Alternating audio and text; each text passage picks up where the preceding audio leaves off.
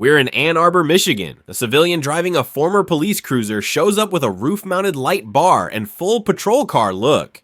A local officer from the Ann Arbor Police Department stops the vehicle and questions the driver about the light bar and the remaining police gear. The driver claims he's a freelance security contractor, says the red and blue lights are gone, and insists he knows his rights. Things quickly become tense.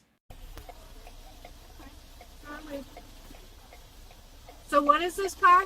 It is a private vehicle. Okay, why does it look like a patrol car? Because it used to be one.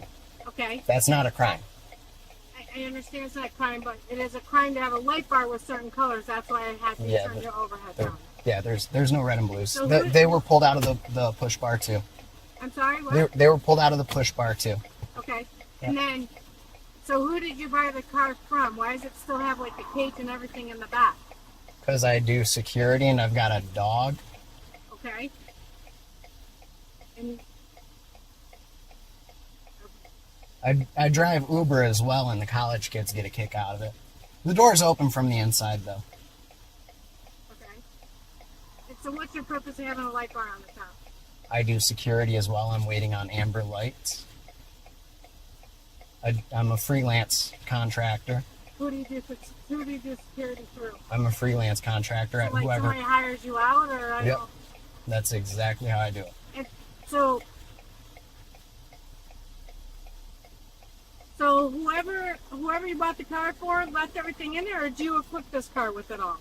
No, it came like that from Oberlin Police. From where? Oberlin Police in Ohio.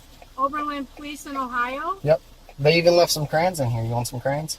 I'm sorry? They left some crayons. You want some crayons? There's no reason for you to be a smartass with me, sir. I've been trying to get rid of them. I'm serious. You want some crayons? You got kids?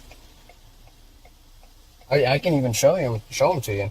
I got tons of them. Oberlin, how do you spell it? Oberlin. So they left the MDVR and everything in it. Yeah, they did. Their license, registration, insurance as well? For what crime? Well, this is a traffic stop, and I have to record everything on my day sheet. And the reason we're stopping you is to make sure that you didn't have lights, but therefore it's an investigative stop for that purpose. So you do have to show me your driver's license, for what crime? insurance, and registration. For what crime? For having the light bar. Is that a crime? Once I found that it's not the red and blue lights, it's not a crime, but I So, still have a traffic stop. lawfully, I know my rights. Okay. I do not have to present ID if there's no crime But committed. I am doing an investigation to investigate that And those are not and the lights. there are not blue lights. You saw that. Okay, you have to provide that you have If- insurance for if- the vehicle to be on the roadway. If there has been a crime committed, I have to provide this. That- So please So call investigating your that is a supervisor. Please call your supervisor now. What's your name and badge number? Psychon 074. Thank you.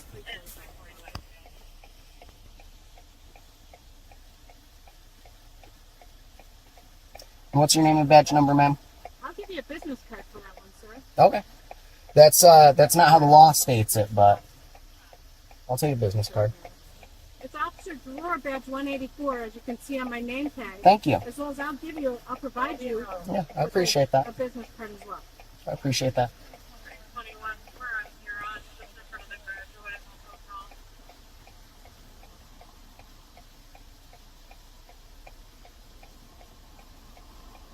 To operate a motor vehicle on the roadway, you have to have insurance. Oh, I understand that, but there is this is over something that's not a crime, as you've already seen. Well, when So you're driving now on the road without the light bar on, I don't know if it's red or blue.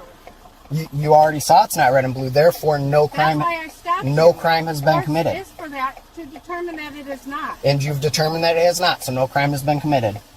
Legally speaking, under Michigan law, this interaction has strong grounding. For example, Michigan Compiled Laws Section 257.698 prohibits a vehicle operated on public highways from being equipped with flashing, rotating, or oscillating lights of any color unless the vehicle is expressly permitted, and any lamp not expressly required must be covered and unlit. Also, Michigan Penal Code Section 750.217 makes it a crime to impersonate a public officer or use equipment to falsely represent yourself as one.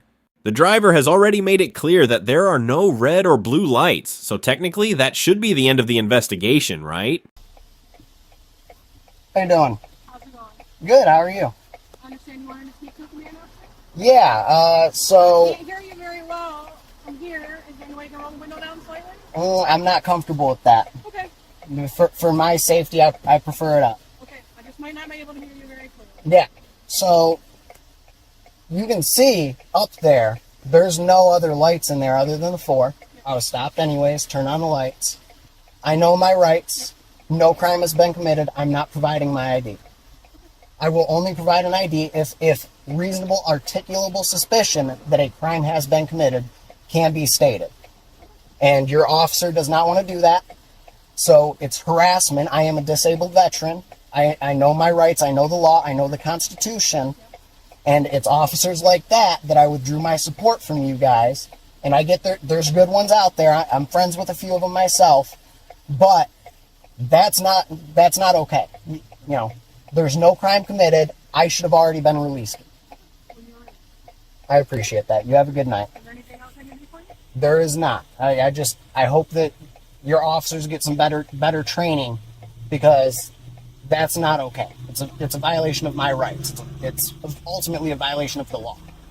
And I'm not okay with that. I swore an oath to the Constitution. It's an insult to me. All right, you're all set, sir. You have a good night, man. From the incident as captured, no criminal charges appear to have been filed against the driver. The officer determined no red and blue lights, so the stop concluded without a citation. That said, this case highlights the thin line between lawful vehicle modification and equipment that invites legal scrutiny. So here's where you come in. What do you think? Was the officer justified in stopping the vehicle? Did the driver act responsibly when he insisted on his rights? Drop your thoughts in the comments below, and if you've had a similar encounter, share how you handled it.